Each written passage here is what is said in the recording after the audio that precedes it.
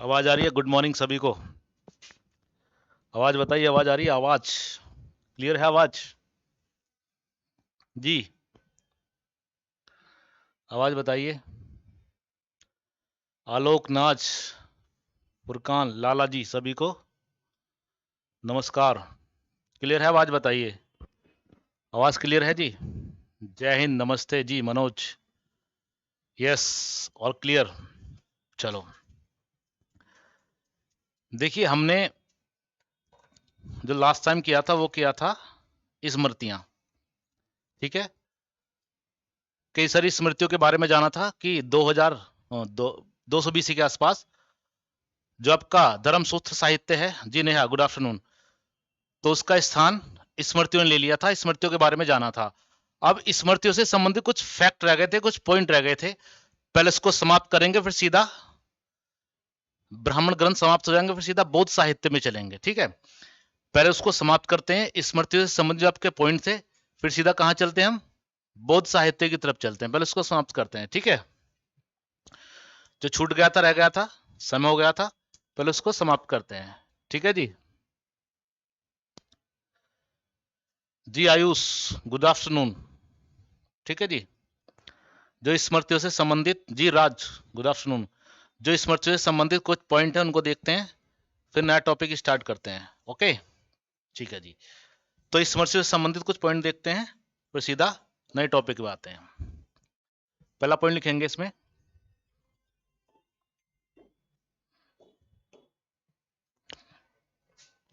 लिखेंगे पहला पॉइंट,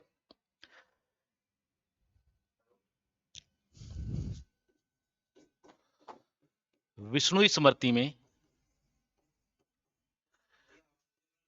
सती प्रथा का उल्लेख मिलता है। का उल्लेख मिलता है। ठीक है जी, सती प्रथा का उल्लेख विष्णु स्मृति में मिलता है। अगर बात करें प्रमाण, सबसे पहले कहां मिलता है? जी गौरव जी जनाब। ठीक है, अगर बात करें कि सती प्रथा का सबसे पहला प्रमाण कहां मिलता है, हाँ जी आलोक पूछिए। तो सबसे पहले सती प्रथा का जो प्रमाण मिलता है वो एक अभिलेख है, भानुगुप्त का एरन अभिलेख। एक राजा भोज की पत्नी थी, उसमें सबसे पहले उल्लेख मिलता है, बता भी चुका हूं। जी जनाब गौरव, सॉरी आलोक, बताइए क्या क्वेश्चन पूछना चाह रहे हैं। ठीक है जी, दूसरा पॉइंट है,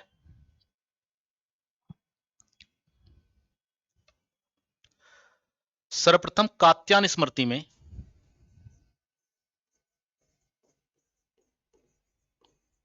सर्वप्रथम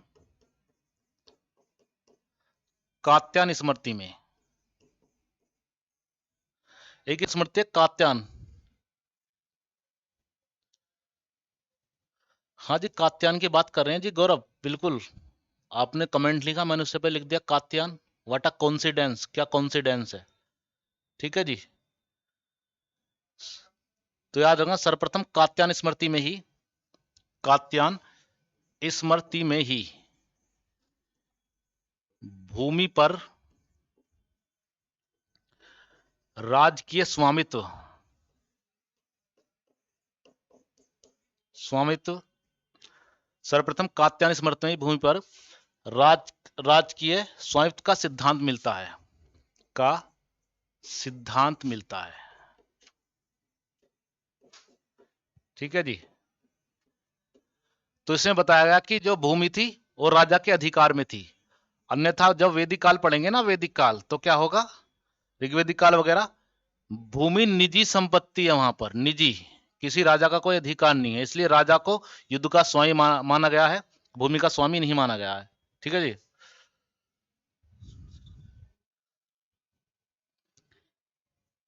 actually Alok, it's depend your interest, what type interest do you have. Okay, if you have interest history you can take history, if you don't have interest history you can't take. आपके optional, आपके ऊपर depend करता है आपका interest किस में है मेरे भाई। पहले आप चीजों को पढ़िए। मान लीजिए किसी ने आपसे कहा कि भाई तुम हिंदी साहित्य ले लो, किसी ने कहा आप इतिहास ले लो, अगर आपका दोनों में इंटरेस्ट नहीं है तो आप क्या पढ़ोगे इस सब्जेक्ट को। ठीक है जी, आप क्या पढ़ोगे। तो ऑप्शनल डिपेंड करता है जिसमें आपका इंटरेस्ट है। मान लो किसी ने आपको थोप दिया कि भाई जा तू पीएसआई ले लो, पीएसआईआर यानी पॉलिटिकल साइंस और आपका इंटरनेशनल रिलेशन। अगर आपका इंटरेस्ट नहीं है तो आपको क्या पढ़ोगे? ऑप्शनल में हमेशा वो सब्जेक्ट लें जिसमें आपका इंटरेस्ट हो, जिसको आपको मजा आए पढ़ने में। जैसे मुझे इतिहास को पढ़ने में मजा आता था, मैंने ऑप्शनल अपना आपका इतिहास रखा। तो ऑप्शनल आपका इंटरेस्ट के माध्यम से होता है। देखिए आयुष पाल जी, मनुस्मृति बड़ी विवादित है, ठीक है जी। अगर आपका पीएसआईआर में है तो आप उसको ही लीजिए, ठीक है जी। ये सब बेवजह की बातें हैं कि सब्जेक्ट में कुछ नहीं। अगर आपका इंटरेस्ट है आप नंबर खुद ही उठा ले जाएंगे उसमें, जिसका आपका इंटरेस्ट है इसमें आप उसको लीजिए। देखिए आयुष पाल जी, जो मनुस्मृति काफी विवादित है, और ये जो आपने मुझे क्यों लिखा दलितों के बारे में, ठीक है जी, आपने देखो ऐसा है, ये तो मनु ही बताएगा इस बात को, तो ठीक है, ये विवादित है तो इसके बारे में बात ना करें तो बेटर होगा, ठीक है जी। उसने क्यों लिखा, उसकी उसकी ऐसी संकीर्ण सोच थी तो उसने लिखा मेरे भाई, ठीक है। वो संकीर्ण सोच का व्यक्ति तो ऐसा लिखा उसने, इसलिए ठीक है आयुष्पाल जी, ओके। हाँ जी बिल्कुल, लो लिखो जनाब राज, ठीक है जी। तो भैया सर्वप्रथम कात्यायन स्मृति में भूमि पर राजकीय स्वामित्व का सिद्धांत मिलता है। अन्यथा आप देखेंगे जब वैदिक या ऋग्वैदिक काल पढ़ेंगे, ऋग्वैदिक काल में क्या पढ़ेंगे आप? भूमि निजी संपत्ति नहीं थी, सामूहिक संपत्ति थी।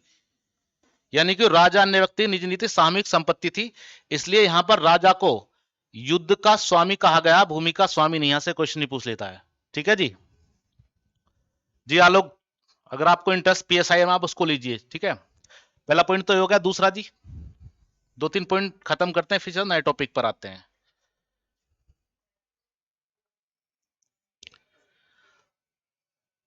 आगे लिखते हैं,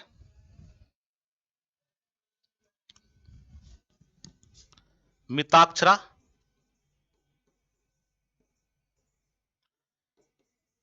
स्मृति के लेखक, इसको पूछ लेता है, ठीक है। मिताक्षरा स्मृति के लेखक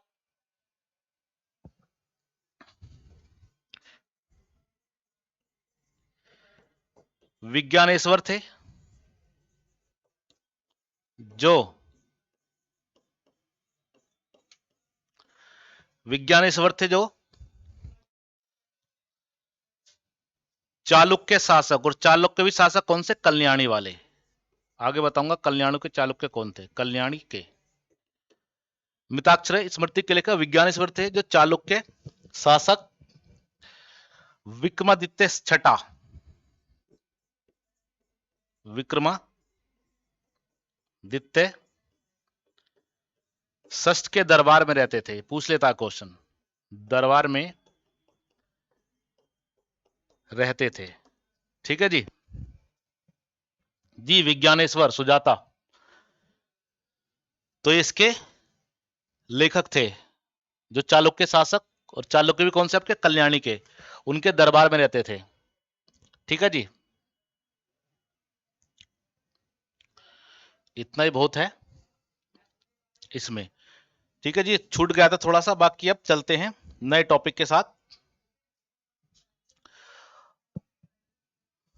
किसी का कोई क्वेश्चन, कोई समस्या हो तो बताइए, कोई दिक्कत जी, वरना चलते हैं फिर आगे अपने बौद्ध साहित्य पर, ठीक है। जो हमारा बौद्ध साहित्य सिलेबस के अनुसार चलते हैं उसमें। अभी तो हमने ब्राह्मण साहित्य पढ़ा, ब्राह्मण ग्रंथ पढ़े, ठीक है जी। तो आज बौद्ध साहित्य की बात करेंगे। कोई दिक्कत हो तो बताइए किसी को। याद जरूर करते रहना भाई, रिवीजन करते रहना। बौद्ध साहित्य, अभी हम बौद्ध साहित्य की बात करेंगे, बौद्ध धर्म की बात नहीं करेंगे। बौद्ध धर्म जैन धर्म वगैरह बाद में पढ़ेंगे, अभी हम बौद्ध साहित्य की बात कर रहे हैं। थोड़ा इसके बारे में जानते हैं।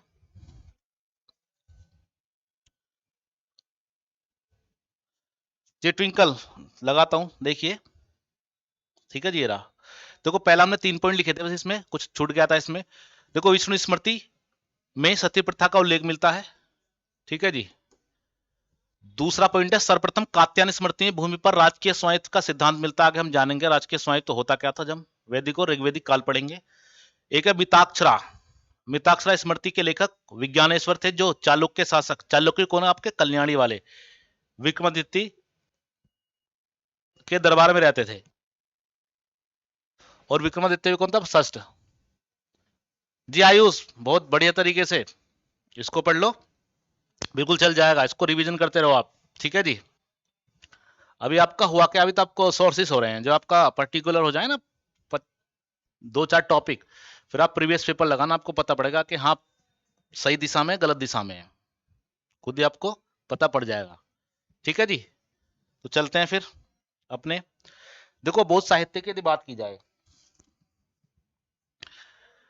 बौद्ध साहित्य से पहले आपको थोड़ा इसका पृष्ठभूमि बता देता हूं मैं आपको। देखो जो आपका गंगा घाटी का क्षेत्र है, पहले कोई जगह बटी हुई नहीं थी कि ये वाला गंगा घाटी क्षेत्र, तो इनकी रचना अधिकतर यहां पर हुई, जो भी थे, जो भी आपके बौद्ध साहित्य हैं, ठीक है जी। अब देखो पहले थोड़ा एक दो पॉइंट बताता हूं इसके बारे में। देखो यदि प्रारंभिक बौद्ध साहित्य की बात की जाए, प्रारंभिक बौद्ध साहित्य या बौद्ध ग्रंथ, बौद्ध साहित्य,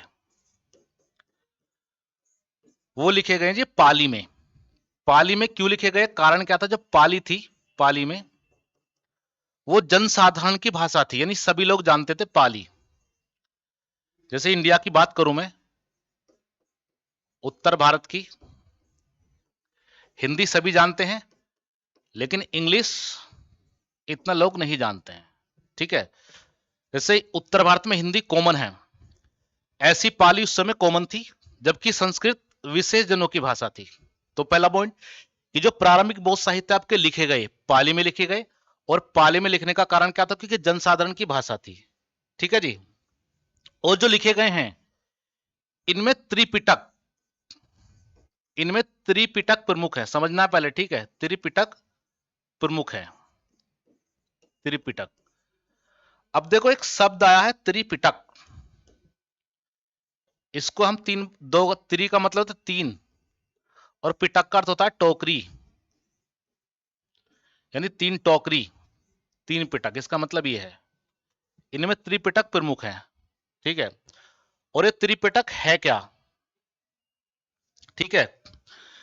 सबसे पहले दो व्यक्ति थे, डेविस और बुलर, लिखूंगा अभी। रिच डेविस और बुलर, उनकी एक पुस्तक है बुद्धिस्ट इंडिया, इस शब्द का प्रयोग हुआ त्रिपिटक का। इन्होंने किया क्या था, जो बौद्ध धर्म की शिक्षाएं उनको तीन टोकरियों में ऐसे, ठीक है, आप इस तरह से समझ सकते हैं। मान लो आपके पास कोई अलमारी है, कोई रैक है, ठीक है, उसमें तीन खाने ऐसे बने हैं, एक दो तीन। आपने क्या किया, आप कंपटीशन की तैयारी कर रहे हैं, ठीक है, आपने क्या किया भाई, ऊपर वाला खाना आपने मान लो करंट अफेयर्स या अपना जो भी अपनी इच्छा के अनुसार वो आपकी किताबें रख दी, इस तरह से करंट अफेयर्स वगैरह। इसमें आपने मान लो मैथ्स रीजनिंग कर दिया, इसमें आपने हिंदी वगैरह रख दिया, तो तीन खाने हो गए ना ऐसी। तो त्रिपिटक का मतलब होता है टोकरी, जो बुद्ध की शिक्षाएं थी उनका संकलन करके तीन जगह बांट दिया गया, तो उसको त्रिपिटक कहा गया है। और जो आपका त्रिपिटक का मतलब तीन टोकरी होता है, और सबसे पहले इसका प्रयोग, इस शब्द का, दो व्यक्ति थे, लिखूंगा, रिच डेविस और बुलर ने किया था बुद्धिस्ट इंडिया में, इसको लिख देता हूं मैं, ठीक है। इसमें लिखेंगे, जस्ट मिनट जी, इसमें लिखेंगे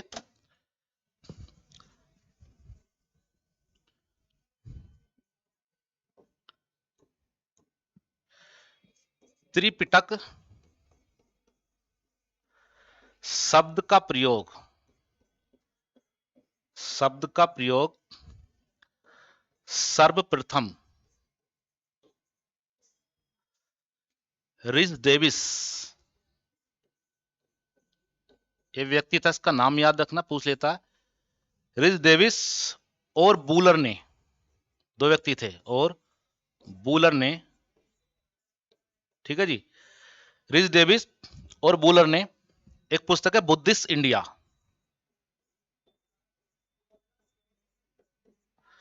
बुद्धिस्ट इंडिया में किया है,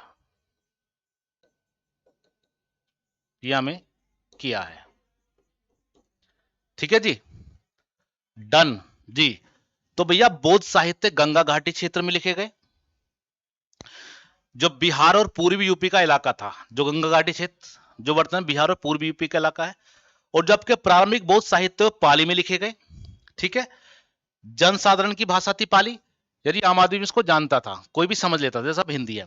ठीक है, इनमें त्रिपिटक प्रमुख, त्रि का मतलब तीन, पिटक का मतलब टोकरी। ठीक है, और त्रिपिटक शब्द का प्रयोग सबसे पहले ऋषदेवेश्वर बुल ने बुद्धिस्ट इंडिया में किया था। मैंने आपको बताया त्रिपिटक क्या, तीन टोकरी बना दी, इसमें कुछ इसमें सिद्धांत वैसे इस तरह से, जैसे कोई तीन रैग आपकी रैग है, उसमें आपकी तीन अलमारी है, आप अलग अलग पुस्तक रखते हैं इस प्रकार से। यहाँ तो कोई समस्या हो तो किसी को फिर आगे चलते हैं जी। यहाँ तो कोई समस्या किसी को? हाँ जी, फिर त्रिपिटक के बारे में जानते हैं। ठीक है जी, बताइए कोई दिक्कत किसी को? जी, त्रिपिटक है क्या है? ये बुद्ध की शिक्षाओं का संकलन है, जो बुद्ध ने शिक्षाएं दी थी, बुद्ध की शिक्षाओं का संकलन है जी। All clear? चलो आगे चलते हैं हम, फिर बात करते हैं हम त्रिपिटक की। त्रिपिटक, त्रिपिटक, ठीक है जी। तो ऐसा क्वेश्चन बन जाता है कि इस पिटक में क्या है, इस पिटक में क्या है। तो जब बुद्ध की शिक्षाओं का संकलन है, तो पहले बात करते हैं हम,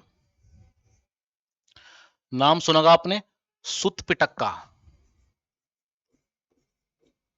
सुत पिटक। ठीक है जी, दूसरा बात करेंगे हम, पहले सुत पिटक की बात करते हैं, चलो बाद में देखते हैं। हाँ जी, देखो यदि हम सुत पिटक की बात करें, तो इसमें क्या है, इसमें बुद्ध के धार्मिक सिद्धांत, जो उन्होंने धर्म से संबंधित सिद्धांत दिए हैं, अभी ध्यान रखना हम बौद्ध धर्म नहीं पढ़ रहे हैं, सिर्फ आपके सोर्स पढ़ रहे हैं, बुद्ध के धार्मिक सिद्धांत, इसमें बुद्ध के धार्मिक सिद्धांत और धर्मोपदेश, जो उपदेश दिए उन्होंने, ठीक है जी, बुद्ध के धार्मिक सिद्धांत और धर्मोपदेश की शिक्षाओं का उल्लेख हुआ है, शिक्षाओं का उल्लेख उल्लेख हुआ है। ठीक है जी, तो भैया जो ये सुत पिटक है, अगर हम इसकी बात करें, तो इसमें क्या बुद्ध के धार्मिक सिद्धांत है और धर्मोपदेश है। अब यहां से पूछ सकता है कि भाई इसका संकलनकर्ता कौन था, इसका कलेक्शन किसने किया था। अगर हम इसके संकलनकर्ता की बात करें, संकलनकर्ता इसका आनंद था, जो बुद्ध का सबसे प्रमुख शिष्य था। ठीक है जी, आनंद था, और ये बुद्ध का सबसे प्रिय शिष्य था, ये ध्यान रखना। हाँ जी, बहुत पूछे जाते हैं, आनंदपाली बुद्ध के प्रमुख शिष्य थे। ठीक है जी, अभी तो हम इसकी बात कर रहे हैं सिर्फ सोर्सेस की, जब बुद्ध का इतिहास पढ़ेंगे ना पूरा ये बौद्ध धर्म, तो कुछ नहीं छूटेगा, विस्तार से जानेंगे। ठीक है, दूसरा है विनय पिटक, विनय पिटक पूछ सकता है भैया इसका संकलनकर्ता कौन था, जहां इसका आनंद है इसका उपाली है। ठीक है जी, पूछ सकता है कि सुत पिटक में आपके बुद्ध के धार्मिक सिद्धांत और धर्मोपदेश की शिक्षाओं का उल्लेख हुआ है, तो भैया आपका विनय पिटक में क्या है। ठीक है जी, तो विनय पिटक में बुद्ध संबंधी नियम है, तो लिखेंगे बुद्ध संघ संबंधी नियम, संबंधी नियम है इसमें। ठीक है जी, नियम है, और जो इसका संकलनकर्ता उपाली है, संकलनकर्ता इसका कौन है, उपाली, और ये बुद्ध के प्रमुख शिष्य थे आनंद और उपाली, उपाली। तो दो हो गए जी, सुत पिटक हो गया, बिना पिटक, तीसरा अधिदम पिटक है जिसके कौन है मोगलीपुत्र तीस।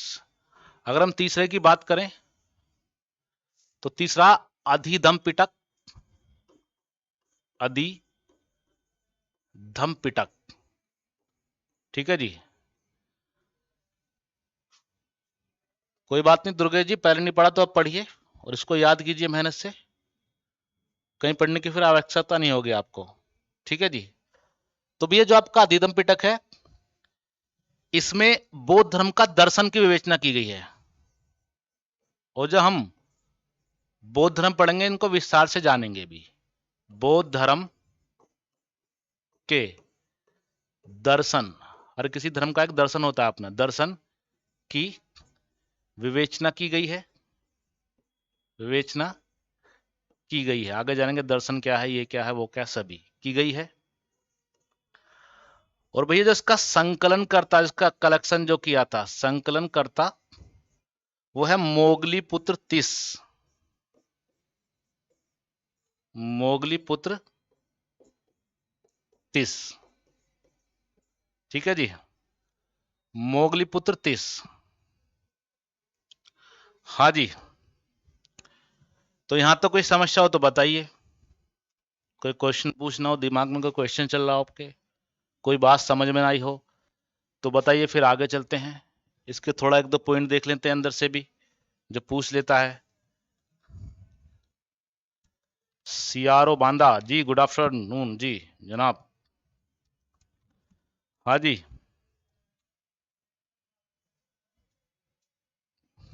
कोई दिक्कत यहां तक? और जो इक्का दुक्का क्वेश्चन बनता है वो भी देख लेते हैं।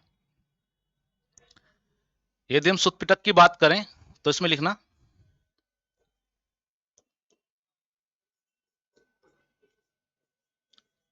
ये सबसे बड़ा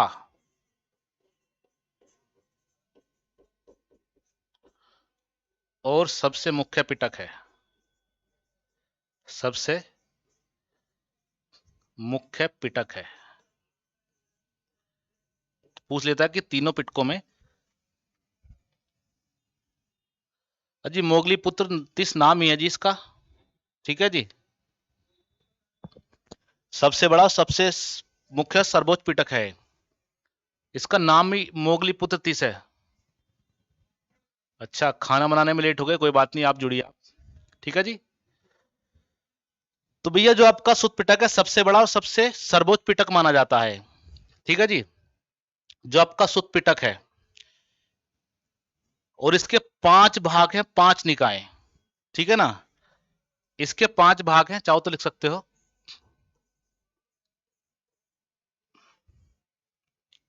पर ले चलता हूं, अभी हम बात कर रहे हैं सुत पिटक की। इसके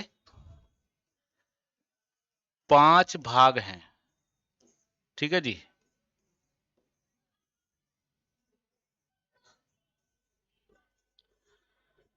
देखो इसके 5 भाग हैं, हालांकि 5 से क्वेश्चन नहीं बनता लेकिन यहां से क्वेश्चन बन जाता है। एक आपने नाम सुना होगा थेरी गाथा, पूछ लेता थेरी गाथ क्या है, ठीक है जी। तो जो इसके 5 भाग हैं ना, उनमें एक भाग है खुद्दक निकाय। पहला भाग है खुद्दक निकाय, पहला नहीं है हालांकि लास्ट का, लेकिन एक भाग है खुद्दक निकाय। खुद्दक निकाय कभी क्रम से नहीं पूछेगा आपसे, खुद्दक निकाय इसमें लिखना। इसका एक भाग थेरी गाथा है, थेरी गाथा इसको पूछता है बहुत ज्यादा। इसकी रचना महिलाओं ने की थी, थेरी गाथा है, ध्यान रखना, ठीक है जी। इसका एक भाग थेरी गाथा है। हाँ जी, सुत पिटक के 5 भाग हैं, देखिए जी। ये सुत पिटक है, इसके 5 भाग हैं, सबसे बड़ा और सबसे मुख्य पिटक है, इसके 5 भाग हैं जिनमें एक है खुद्दक निकाय, और इसका एक भाग थेरी गाथा है, पूछ लेता है थेरी गाथा। और यहां से पूछ लेते थेरी गाथा है क्या है, आपको शॉर्ट में लिखवा रहा हूं, ठीक है। जो यहां से क्वेश्चन बनता है, थेरी गाथा क्या है, ये सन्यासी, सन्यासी स्त्रियों द्वारा रचित है, स्त्रियों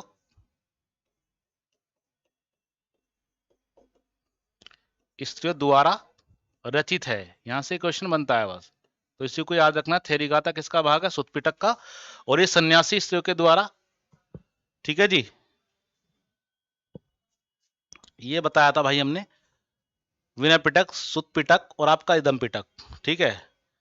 इनमें क्या क्या है फिर हमने जाना कि सबसे बड़ा जो आपका सुत पिटक है, ये वाला बीच वाला, ये सबसे बड़ा और सबसे मुख्य पिटक है, इसके 5 भाग हैं।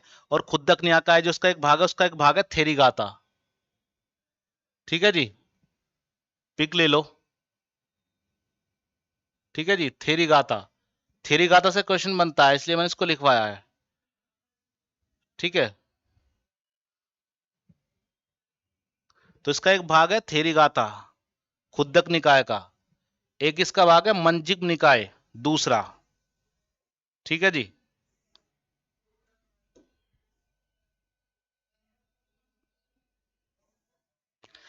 थेरिगाता हो गया। इसका एक दूसरा भाग है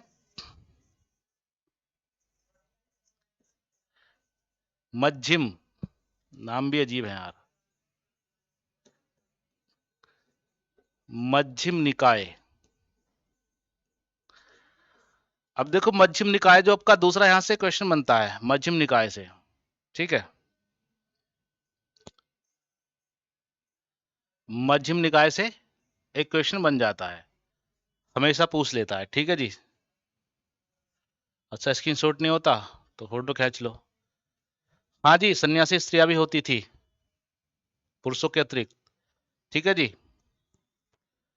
देखो एक बड़ा फेमस कथन है, पूछता है कि बुद्ध भी कौशल के हैं और मैं भी कौशल का हूं, बुद्ध भी 80 वर्ष के हैं और मैं भी 80 वर्ष का हूं। ये प्रसन्नजीत का कथन है। अगर पूछेगा किसका कथन है, किसने कहा था ऐसा बुद्ध के बारे में, तो एक राजा था प्रसन्नजीत, हम आगे उसको जानेंगे कि बुद्ध भी कौशल के हैं और मैं भी कौशल का हूं, बुद्ध भी 80 बरस के हैं और मैं भी 80 बरस का हूं। अगर नॉर्मल क्वेश्चन बनाएगा तो पूछ लेगा प्रसन्नजीत।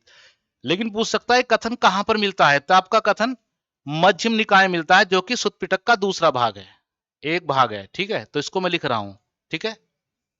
इसमें लिखेंगे, इसमें प्रसन्नजीत का कथन है, का कथन है कि बुद्ध भी कौशल के हैं, बुद्ध भी कौशल के हैं और और मैं भी बुद्ध भी 80 बरस के हैं और मैं भी, ठीक है जी। तो दो बड़े फेमस स्टेटमेंट में पूछ लेता है।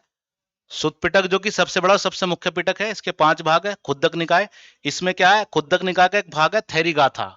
वो थेरिगाथा क्या है जी, सन्यासी इसके द्वारा रचित है थेरिगाथा, ठीक है जी। और दूसरा जो मध्यम निकाय है, इसमें से बड़ा अच्छा क्वेश्चन पूछता है। इसमें प्रसन्नजीत एक राजा था का कथन है कि बुद्ध भी कौशल के हैं और मैं भी, और बुद्ध भी 80 बरस के हैं और मैं भी, ठीक है जी। एक पॉइंट तो लिखेंगे इसी में, मध्यम निकाय की बात कर रहे थे, एक पॉइंट तो लिखेंगे इसमें। एक तो ये हो गया, ठीक है। दूसरा पॉइंट तो लिखेंगे इसमें, इसमें लिखिए, इसी में बुद्ध और महावीर की भेंट का उल्लेख है मध्यम निकाय में, इसी में बुद्ध और महावीर, महावीर स्वामी जो आप जानते हैं जैन धर्म वाले, महावीर स्वामी की भेंट का उल्लेख है। पूछ सकता है किसमें, सुत्त पिटक के मध्यम निकाय में भेंट का उल्लेख है, ठीक है जी। टोटल 5 भाग है, लेकिन 2 भागों से यहां से हमेशा क्वेश्चन बनता है, ठीक है जी। हाँ जी, कोई दिक्कत हो तो बताइए यहां तक जी।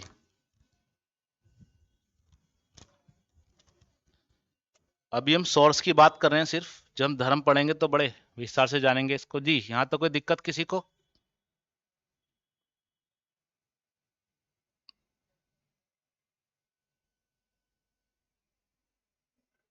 जी।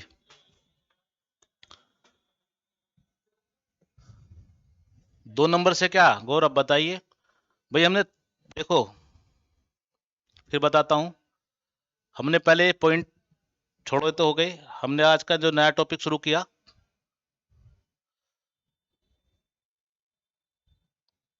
वो हमने बौद्ध साहित्य किया था।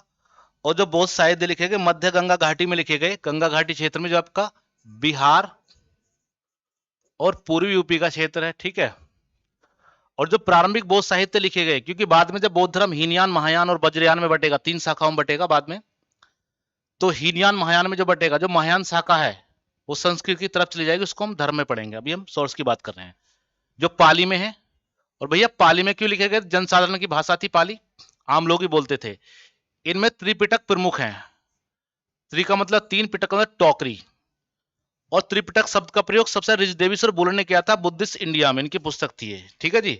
फिर हमने जाना कि जो त्रिपिटक है ये 3 है, आपका विनय पिटक, सुत पिटक और आपका इदम पिटक। तो जब आपका विनय पिटक है इसमें बुद्ध संबंधी नियम है, इसका संकलन करता उपाली है जी, कर रहा हूं रिपीट, उपाली है। सुत पिटक क्या? बुद्ध के धार्मिक सिद्धांत और धर्मोपदेश की शिक्षा को लेकर संकलन करता आनंद है। दोनों बुद्ध के प्रमुख शिष्य थे, आनंद और उपाली, ठीक है। तीसरा अधिथम पिटक है, बौद्ध धर्म का दर्शन मिलता है इसमें, और इसका संकलन मोगलीपुत्र 30 है, मोगलीपुत्र 30, ठीक है जी। और बात करें सुत पिटक के, सबसे बड़ा और सबसे सर्वोच्च पिटक है, इसके 5 भाग हैं, जिसका एक भाग है खुद्दक निकाय, इसका एक भाग है थेरी गाथा, जिसमें सन्यासी स्त्रियों के द्वारा रचित है। क्वेश्चन पूछ लिया महिलाओं की तरह कौन सा रचित है, पूछता है यहां से। दूसरा मध्यम निकाय है, इसमें एक राजा थे प्रसन्नजीत, उनका कथन है कि बुद्ध भी कौशल के और मैं भी, और बुद्ध भी 80 वर्ष के और मैं भी, और इसमें बुद्ध और महावीर स्वामी की भेंट का उल्लेख है। कोई दिक्कत यहां तक हो तो बताइए जी, वरना फिर चलते हैं फिर जी। भाई और बहनों कोई दिक्कत? हाँ जी,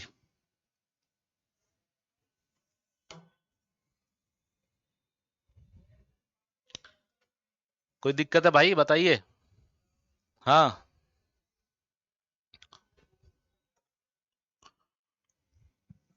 चले आगे फिर। गौरव रिपीट क्या करना बताइए, आप बोल रहे रिपीट, ऑल क्लियर, ठीक है। अब देखो भाई, मोटिवेशन मोटिवेशन तो खुद से आता है मेरे भाई, ठीक है जी। राज, अब देखो ऐसा है, हम जैन साहित्य के सोर्स नहीं पढ़ेंगे अभी, यहां पर बहुत रेयर है, क्वेश्चन नहीं पूछता, हम धर्म में पढ़ेंगे। दूसरा मैंने आपको बताया था धर्मोत्तर या फिर आपके लौकिक साहित्य जो उस समय चलन में थे, ठीक है। तो हम थोड़ा सा देखेंगे लौकिक साहित्य के बारे में, जो आपका रास सरंगनी हो गई, आपका अर्थशास्त्र हो गया, अर्थशास्त्र को थोड़ा सा देखेंगे, अर्थशास्त्र से क्वेश्चन पूछ लेता है। बाकी हम सीधा फिर विदेशी यात्रियों का विवरण पढ़ेंगे। मूड कैसे ऑफ हो गया मेरे भाई? पढ़ो, जब भी मूड हो ऑफ तो पढ़ो, बिंदास रहो, ठीक है ना। तो बात करते हैं हम लौकिक साहित्य की, जो समय चलन में थे। लौकिक साहित्य,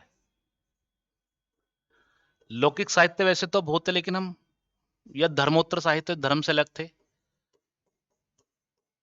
या धर्मोत्तर साहित्य, इसमें एक दो ही देखेंगे, ज्यादा नहीं, ठीक है। तो इसमें हम देखेंगे, एक तो देखेंगे अर्थशास्त्र कौटिल्य वाला, अर्थशास्त्र, हाँ जी, हाँ जी, कल कोई क्लास नहीं थी, संडे था, ठीक है जी।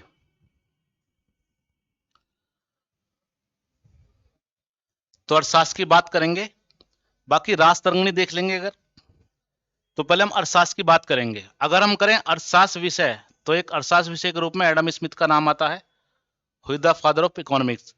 लेकिन हम यहाँ अर्थशास्त्र पुस्तक की बात कर रहे हैं, क्या है? प्रशासनिक, राजनीति और प्रशासनिक पुस्तक है, राजनीति और प्रशासन की पुस्तक है। ठीक है जी, प्रशासन की पुस्तक है, आपको पता है। इसका लेखक भी आपको पता है। 3 नाम मिलते हैं, तीनों के मतलब बताऊंगा। कौटिल्य, बाद में चाणक्य हो गए ज्ञान प्राप्ति के बाद, और विष्णुगुप्त इनके बचपन का नाम था। ध्यान रखना, पूछ लेता है कि कौटिल्य के बचपन का नाम क्या था। विष्णुगुप्त बचपन का नाम, बचपन का नाम। ठीक है जी।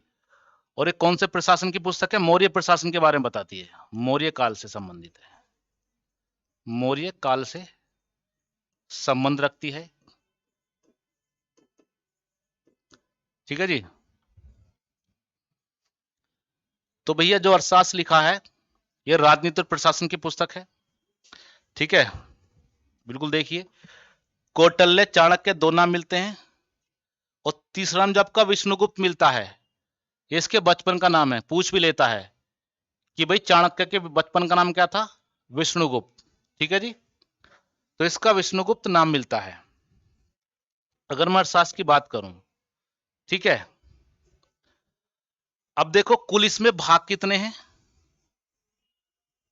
कुल अधिकरण या भाग की बात करें, पूछ लेता है, कुल भाग या अधिकरण कितने हैं पता है जी? 15 हैं। और इसके उपभाग कितने हैं? उपभाग भी इसके 180 हैं। ठीक है जी, इसके उपभाग 180 हैं, और उपभाग को बोलते हैं प्रकीर्ण।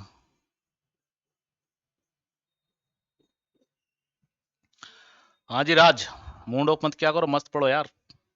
ठीक है, यहां तो कोई दिक्कत भाई किसी को? और थोड़ा इसके बारे में जान लेते हैं कि इसमें है क्या। दो चार जो पॉइंट बनते हैं यहां से कि अर्थशास्त्र में क्या क्या लिखा हुआ है, इसके बारे में जान लेते हैं। पहले इसकी बेसिक बातें जानी हमने कि राजनीति और प्रशासन की पुस्तक है, मौर्य काल से संबंध रखती है। जो इसका लेखक है कौटिल्य, चाणक्य या विष्णुगुप्त।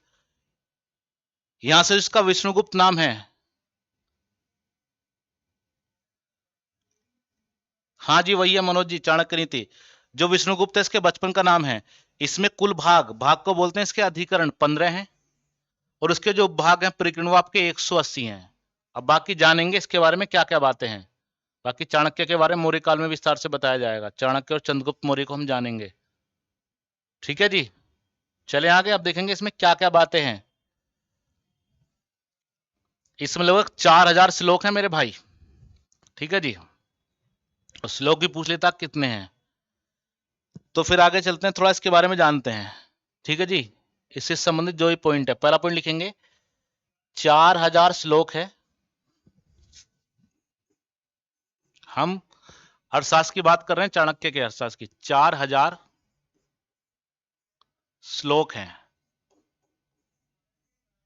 एक क्वेश्चन पूछा गया कि कितने श्लोक हैं इसमें। ठीक है जी, सैन्य मतलब सेना से संबंधित तो सैन्य है। वो चाणक्य विष्णुगुप्त, सैन्य कैसे याद आ गया ना जी? हाँ, सैन्य जो सेना से संबंधित है। हाँ जी, इसमें 4000 श्लोक हैं। सैन्य, सैन्य जो सेना से संबंधित आपके सैन्य है। ठीक है जी,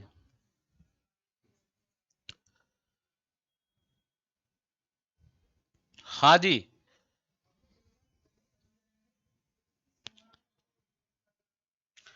और इसकी खास बात आपको पता है, ये अन्य पुरुष शैली में लिखी गई है। थर्ड पर्सन, बता रहा हूं बाद में लिखता हूं, पहले सुनो। थर्ड पर्सन यानी अन्य पुरुष शैली में लिखी गई। लिखवाऊंगा भी। अन्य पुरुष शैली जानते हो क्या होती है? मान लो मैं कुछ लिखता हूं, मैं कहता हूं कि मैंने ऐसा किया और तुमने ऐसा किया। इसमें ऐसा नहीं है, उसने कहा उसने इससे उससे ये कहा, यानी तीसरे की बात कर रहा है। हाँ राज, ये तीसरे की बात करती है पुस्तक। अन्य पुरुष शैली बोलते हैं थर्ड पर्सन। मान लो तुमने किसी के बारे में लिखा कि उसने उससे ये कहा, यानी तीसरे व्यक्ति की बात कर रहे हैं, तो होता है अन्य पुरुष शैली। यहां से पूछ सकता है कि अर्थशास्त्र कौन सी पुरुष शैली में लिखेगी? प्रथम पुरुष, द्वितीय पुरुष, तीसरा तीसरा थर्ड पर्सन, अन्य पुरुष शैली, यानी अन्य की बात कर रहा, उनने इससे ये कहा। समझ रहे ना आप? क्लियर है? समझ गए? तो उसमें लिखेंगे 4000 श्लोक है, अन्य पुरुष शैली में लिखी गई है, यानी थर्ड पर्सन, अन्य पुरुष शैली में। लेखक मैंने आपको बता दिया कौन है, लिखी गई है। क्वेश्चन पूछा गया कि अर्थशास्त्र कौन सी पुरुष शैली में, तो थर्ड पर्सन शैली आपको बताना है। ठीक है जी, अन्य पुरुष शैली। 1901 में एक व्यक्ति था श्याम शास्त्री, 1901 में श्याम शास्त्री ने इसका संकलन किया, जिसके बिखरे पड़े उद्धरण थे। श्याम शास्त्री ने संकलन किया अर्थशास्त्र का।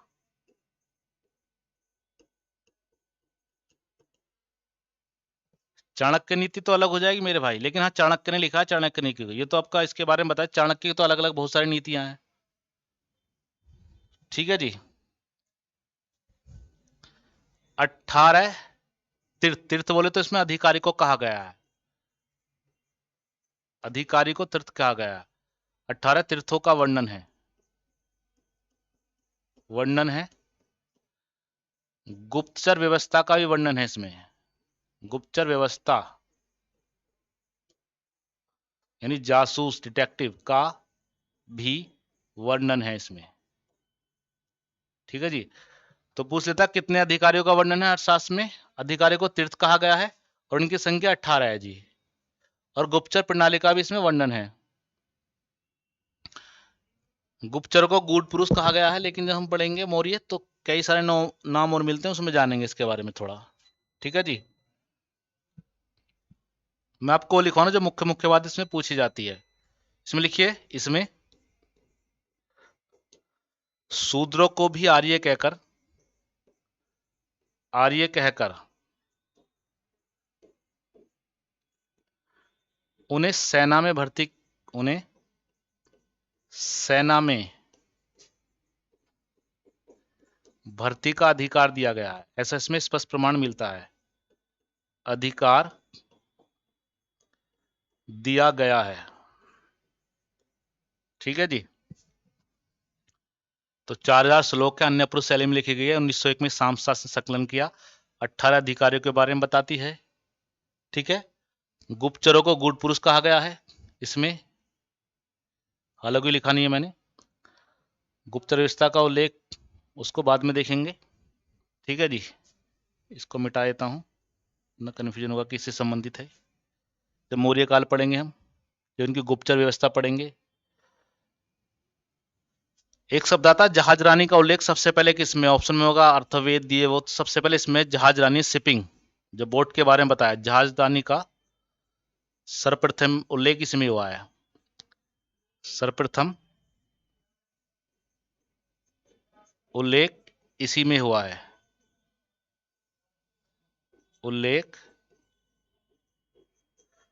इसी में हुआ है। जहाज रानी जानते हो ना, शिपिंग, नेवी, सबसे पहले जो उल्लेख हुआ है इसी में हुआ है, ध्यान रखना। ऑप्शन में अथर्ववेद कुछ भी दे सकता नहीं, अथर्ववेद कुछ नहीं, सबसे पहले ये है। ठीक है जी। पॉइंटो लिखता हूं उसमें, एक दो ज्यादा नहीं बस। इसमें कहा गया है प्रजा का हित ही राजा का हित है। इसमें कहा गया प्रजा का हित ही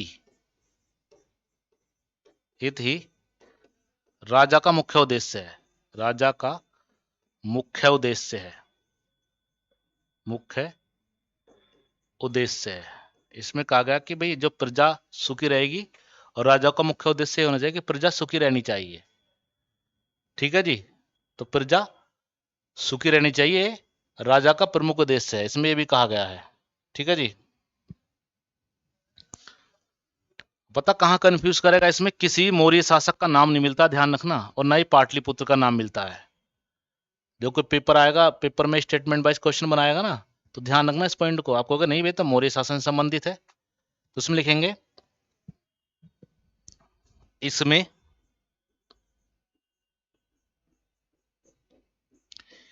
किसी भी मौर्य शासक का नाम नहीं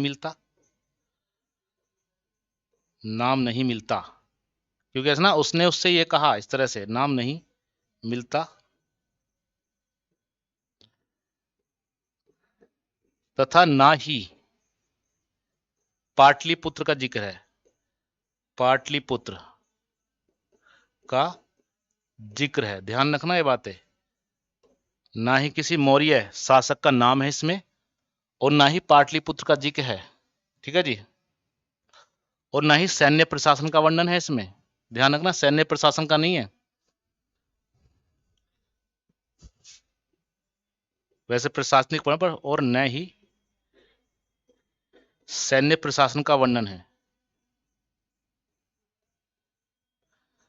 अब ये लाइन कंफ्यूज करती है स्टूडेंट को, वो कहेगा नहीं भाई मौर्य शासक से सन तो नाम तो मिलेगा, नहीं मिलता भाई, बिल्कुल भी मौर्य शासक का नाम नहीं मिलता, ना ही पाटलिपुत्र का जिक्र है, और ना ही सैन्य प्रशासन का वर्णन है इसमें। और बच्चा यही कंफ्यूज होता है कि यार ये तो मौर्य शासन संबंधित है तो होना चाहिए, और जानबूझकर ऐसा क्वेश्चन बनाया जाता है, ठीक है जी। दिक्कत यहां तक हो तो बताइए, थोड़ा राष्ट्रंगनी को देख लेंगे, फिर कल शुरू करेंगे विदेशी यात्रियों का विवरण, नया टॉपिक जी। कोनो दिक्कत है क्या, बताइए ना, कोई परेशानी यहां तक?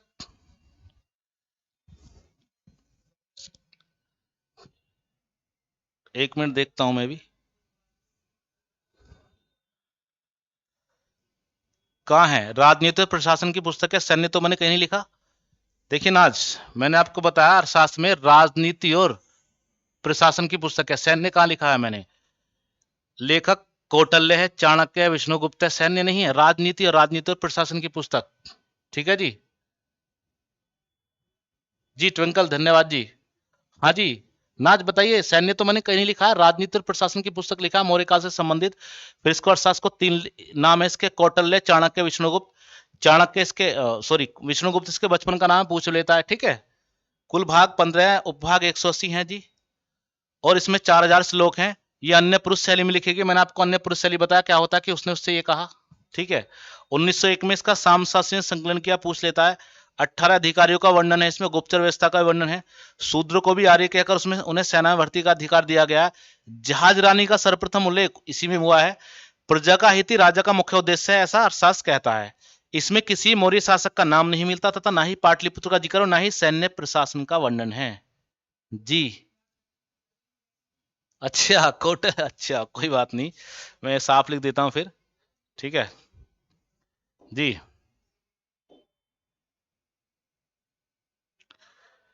ये कौटिल्य लिखा हो, कौटिल्य। देखो इसके तीन नाम मिलते हैं, कौटिल्य, चाणक्य, विष्णुगुप्त।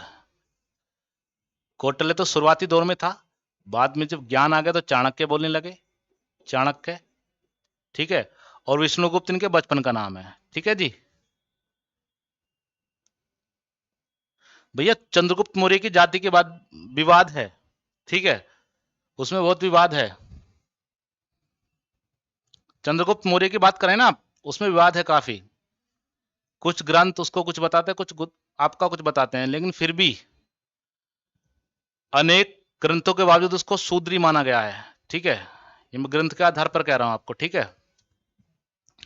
चलें आगे, बाकी जब वर्ण व्यवस्था पढ़ेंगे इनकी, वंशावली जब जानेंगे।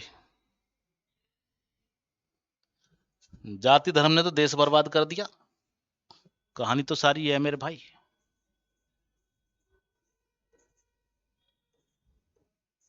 तरंगणी, रास तरंगणी, ठीक है, दूसरा हम इसके बारे में जानेंगे, रास तरंगणी के बारे में।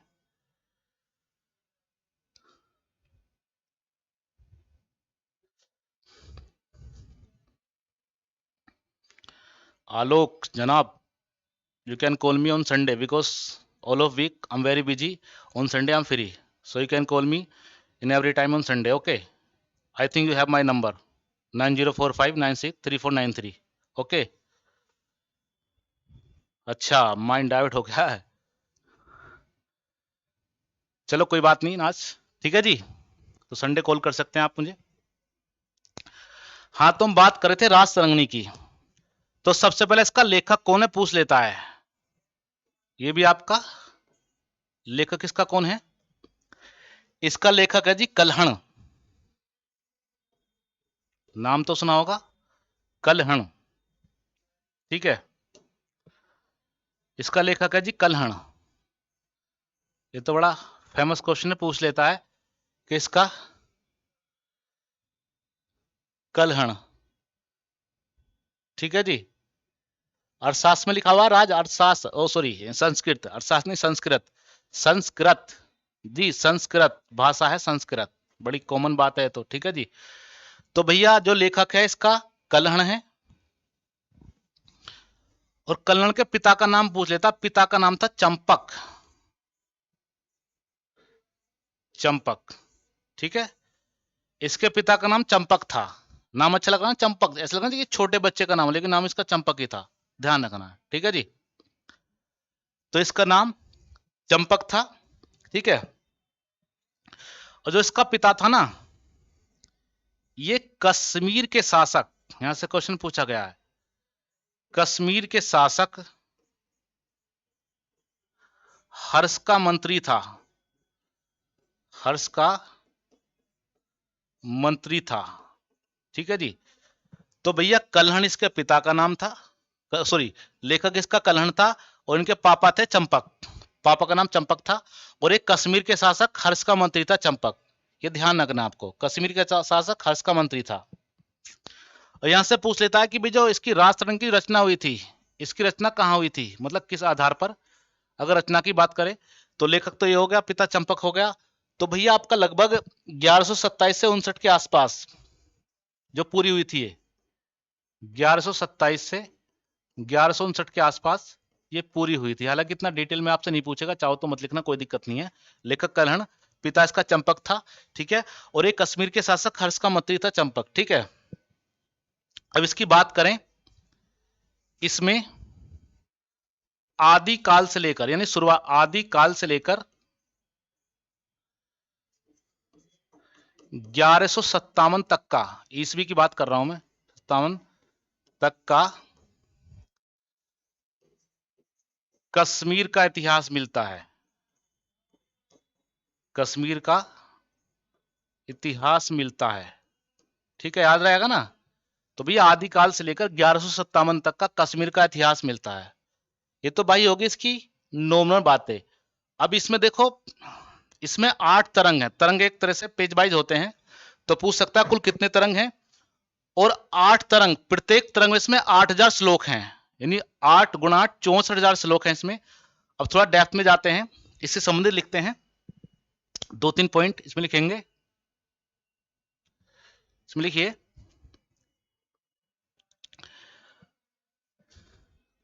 कुल इसमें 8 तरंग हैं, तरंग अध्याय कह सकते हैं एक तरह से, 8 तरंग हैं, और प्रत्येक तरंग में, और प्रत्येक तरंग में 8000 श्लोक हैं। तो टोटल भाई आपके 64,000 श्लोक हैं इसमें। ध्यान रखना, अगर पूछे कि रास तरंगिणी में कितने श्लोक हैं तो 64,000 डायरेक्ट पूछ सकता है। ठीक है जी, इसमें लिखेंगे 4, 5 और 6 तरंग में, जिसका चौथा, पांचवा, छठा तरंग है, ऐसे याद रखना आपको। ठीक है, चौथा, पांचवा, छठा तरंग में कारकोट, नाम सुना होगा, कश्मीर का इतिहास पढ़ा होगा, कारकोट और उत्पल वंश का इतिहास है, उत्पल वंश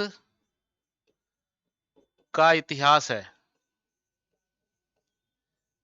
ठीक है जी, तो भैया अगर बात करें कि रास तरंगिणी में कारकोट और उत्पल वंश का इतिहास, अगर डेप्थ में जाएगा तो पूछेगा किस में है, तो आपको बताना चौथे, पांचवें और छठे तरंग में। तरंग तरह से अध्याय की तरह होते हैं।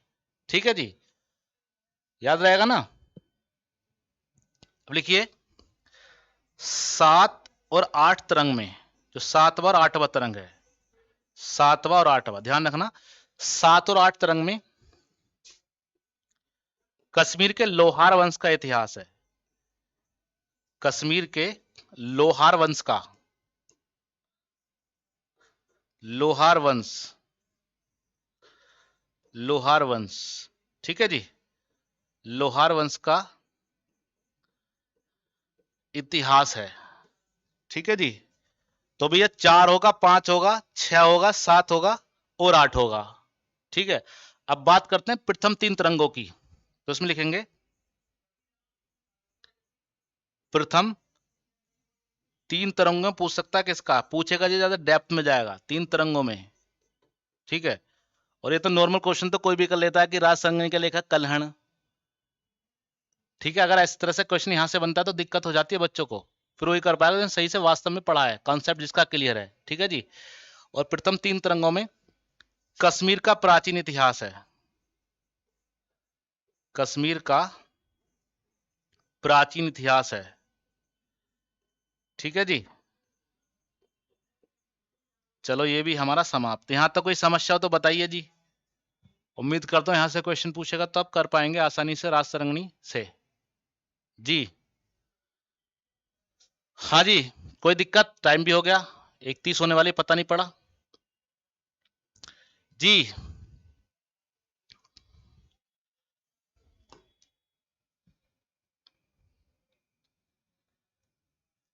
हाँ जी बताइए, कोई समस्या, कोई दिक्कत, कोई बात समझ में ना आई हो, जो भी हमने आज जाना थोड़ा सा।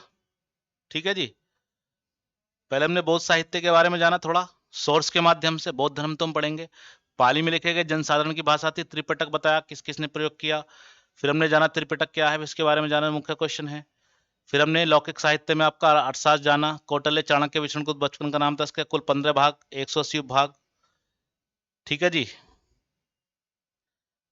फिर इसके बारे में थोड़ा हमने जाना था, इससे संबंधित जो इसके पेज थे। कहाँ गया, गायब हो गया, चलो कोई नहीं, आ जाएगा। हाँ जी। फिर हमने राजतरंगिणी के बारे में जाना जी। बब्बन क्लियर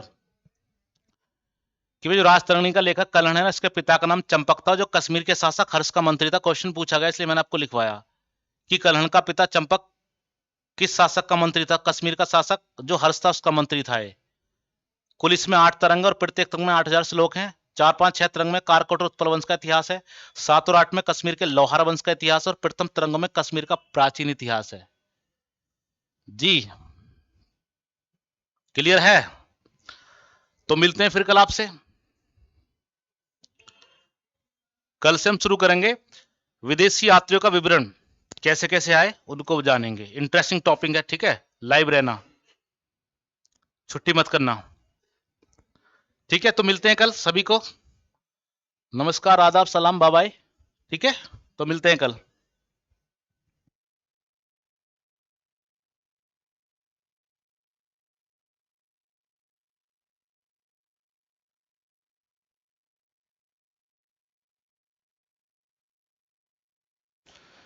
जी धन्यवाद सभी को। ट्विंकल, नाच, पब्बन। जी हाँ, छुट्टी करनी भी नहीं है। ठीक है। Bye bye.